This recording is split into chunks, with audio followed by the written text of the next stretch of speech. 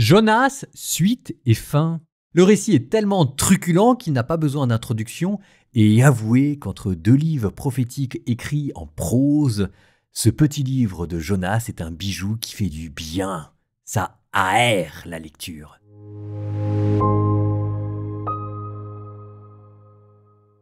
La parole du Seigneur fut adressée de nouveau à Jonas. « Lève-toi, va à Ninive, la grande ville païenne, et proclame le message que je te donne sur elle. » Jonas se leva et partit pour Ninive, selon la parole du Seigneur. Or, Ninive était une ville extraordinairement grande. Il fallait 3 jours pour la traverser. Jonas la parcourut, 1 journée à peine, en proclamant « Encore 40 jours et Ninive sera détruite ». Aussitôt, les gens de Ninive crurent en Dieu. Ils annoncèrent un jeûne et tous, du plus grand au plus petit, se vêtirent de toile à sac. La chose arriva jusqu'au roi de Ninive. Il se leva de son trône, quitta son manteau, se couvrit d'une toile à sac et s'assit sur la cendre. Puis il fit crier dans Ninive ce décret du roi et de ses grands. « Hommes et bêtes, gros et petits bétail ne goûteront à rien, ne mangeront pas et ne boiront pas. Hommes et bêtes, on se couvrira de toile à sac, on criera vers Dieu de toute sa force. Chacun se détournera de sa conduite mauvaise et de ses actes de violence. Qui sait si Dieu ne se ravisera pas et ne se repentira pas, s'il ne reviendra pas de l'ardeur de sa colère. Et alors, nous ne périrons pas. » En voyant leur réaction et comment ils se détournaient de leur conduite mauvaise, Dieu renonça au châtiment dont il les avait menacés.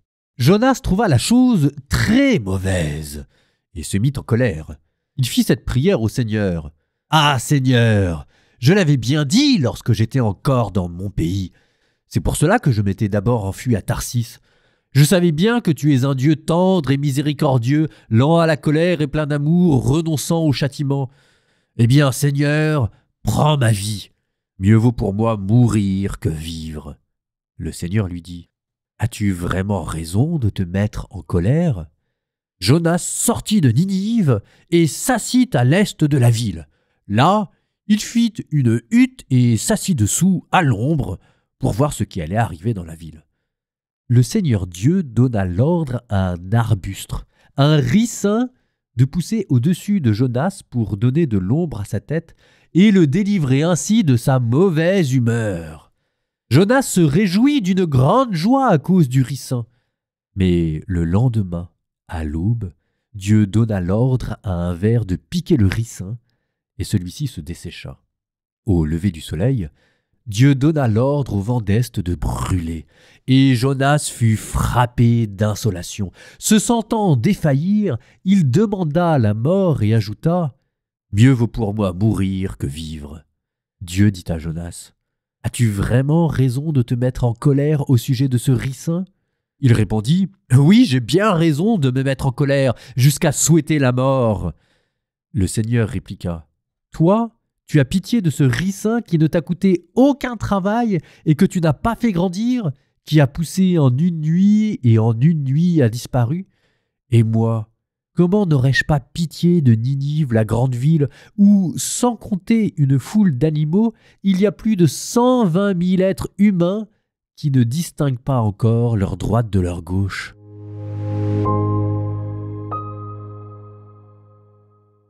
Le plus ridicule des prophètes, qui est en même temps le plus grand des prophètes.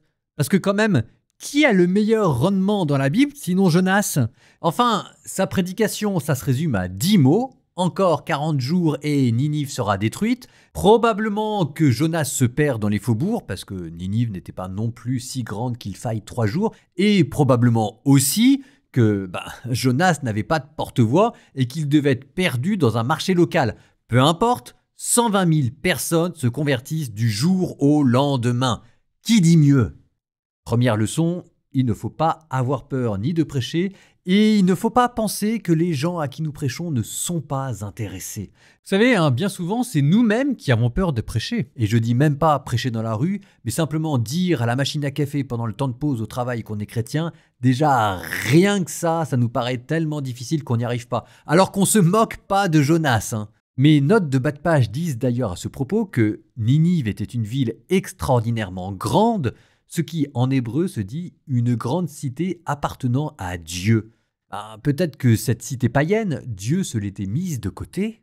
Toujours est-il que aussitôt le roi fait publier un décret. Hommes et bêtes, gros et petits bétail ne goûteront à rien, ne mangeront pas et ne boiront pas. Jeûne intégral et jeûne sincère, où on voit les gens porter le cilice et sous le sac et la cendre demander pardon. Ça vous a donné les cendres du mercredi des cendres, hein. Un repentir sincère qui malheureusement n'a pas dû durer longtemps parce que bien vite après, la Syrie va retourner à ses penchants mauvais de violence. Mais en tout cas, le repentir est là. Et voilà que nos Assyriens, connus pour leur violence, voilà que leur roi leur demande de crier avec violence. On criera vers Dieu de toute sa force. Littéralement, que chacun crie vers Dieu avec violence. Mes notes de bas de page encore disent, et je trouve qu'elles sont drôles et qu'elles ont raison, Dieu amène à la conversion les guérisseurs et les médiums à partir de leur amour du surnaturel, et il amène à la conversion les athées à partir de leur amour pour la science, et ici il amène à la conversion les Ninivites à partir de leur amour pour la violence. Ça leur plaît, les Ninivites, de pouvoir crier, de pouvoir avoir de la cendre et un sac sur la tête, ça leur parle. Vous savez, dans l'évangélisation, il ne faut pas trop se poser de questions. Il faut prendre les gens par là où la spiritualité leur parle. Là, c'était le goût pour les films d'horreur de la part des Ninivites. Voilà quoi. Dieu leur a proposé un autre film d'horreur qui leur plaisait encore plus. Sauf que voilà, notre bon Jonas, il a prêché la destruction de Ninive. Et si jamais il y a une chose qui l'attend, lui, l'ennemi de l'Empire assyrien, c'est que ça se réalise. Et c'est pour ça qu'il s'est installé en haut. C'est pour contempler la destruction quand elle va arriver. C'est pour être aux premières loges. Et grosse déception pour Jonas. C'est vraiment la grosse déception, hein. Regardez cette prière de Jonas. Seigneur, je l'avais bien dit lorsque j'étais encore dans mon pays. Le petit chauvinisme, le petit provincialisme du prophète qui refuse de voir plus loin que son précaré. C'est pour cela que je m'étais d'abord enfui à Tarsis, parce que je savais bien que tu es un Dieu tendre et miséricordieux, lent à la colère et plein d'amour, renonçant au châtiment. Là, en fait, Jonas est en train de se dire qu'il a misé sur le mauvais cheval. C'est presque qu'il a honte de Dieu, parce qu'il se dit que c'est pas un Dieu comme ça qui va aller défendre son pays. Et ceci dit, avant de se moquer de Jonas, on peut le comprendre. Sauf que la réponse qui va avec, Seigneur, prends ma vie. Mieux vaut pour moi mourir que de vivre. Le sens de la mesure et de la proportion, mais j'adore ça. En tout cas, on est quand même loin d'Abraham qui avait intercédé pour Sodome et Gomorrhe, et on est loin de Moïse qui, sur une montagne, avait aussi intercédé pour la miséricorde envers les pécheurs. D'où cette histoire avec la plante de ricin. Le ricin, littéralement en hébreu, ça veut dire « la plante qui vous fait vomir ». Alors je ne sais pas s'il y a un lien avec le monstre marin qui avait vomi Jonas, mais il est plus probable qu'il soit fait ici allusion à l'égocentrisme d'Israël, un égocentrisme et un narcissisme tel qu'il donne la nausée et qu'il donne envie de vomir. Vous voyez, les Hébreux, il ne leur suffit pas que Dieu les bénisse, il faut encore que Dieu maudisse les autres. Et il y a quand même quelque chose d'extraordinaire dans tout ça. C'est que si vous voulez, l'Ancien Testament est plein de pages bibliques remplies de violence et de sang. D'accord. Et vous avez entendu les prophètes qui passent leur temps à crier, à râler et à attraper les Israélites en leur disant « Dieu va se venger, Dieu va se mettre en colère ». Et au milieu de tout ça, vous avez cette histoire où Dieu envoie un prophète récalcitrant prêcher à un peuple païen, mais de meilleure composition que les Israélites. Et c'est dans ce livre-là que Dieu choisit de vous révéler qu'il n'est pas seulement le Dieu des Israélites, mais qu'il est le Dieu de la terre entière, qu'il est le Dieu des nations et même des païens.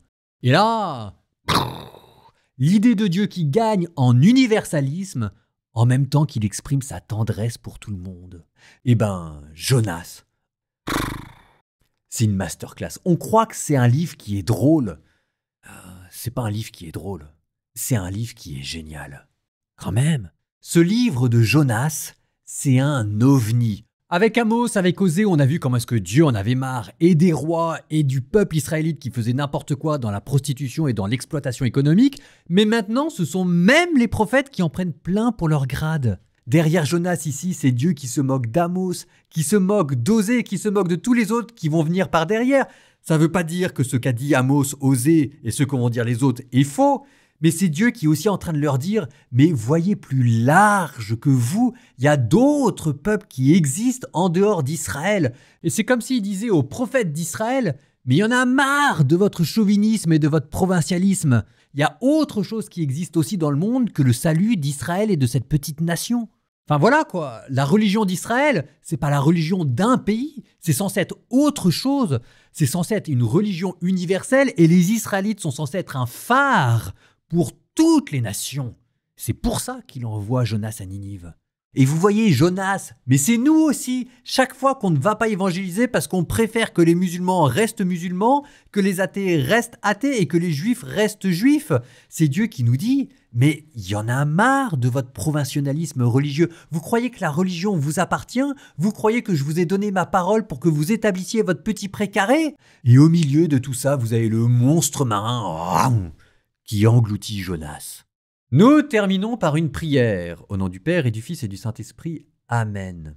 Seigneur, nous te demandons pardon pour notre étroitesse d'esprit. Nous te demandons pardon pour notre provincialisme. Nous te demandons pardon pour notre chauvinisme. Nous te demandons pardon parce que nous mettons nos petits problèmes, notre petit confort et nos petits soucis quotidiens avant ta grande œuvre, Seigneur. Nous nous lamentons sur ce qui ne va pas entre notre cuisine et notre salle à manger, sur ce ricin qui meurt, et nous ne pleurons pas sur les gens qui, devant notre porte, voudraient te connaître et qui ne vont pas bien. Seigneur, nous ne valons pas mieux que Jonas. Pardonne-nous, Seigneur. Ne renonce pas à nous envoyer.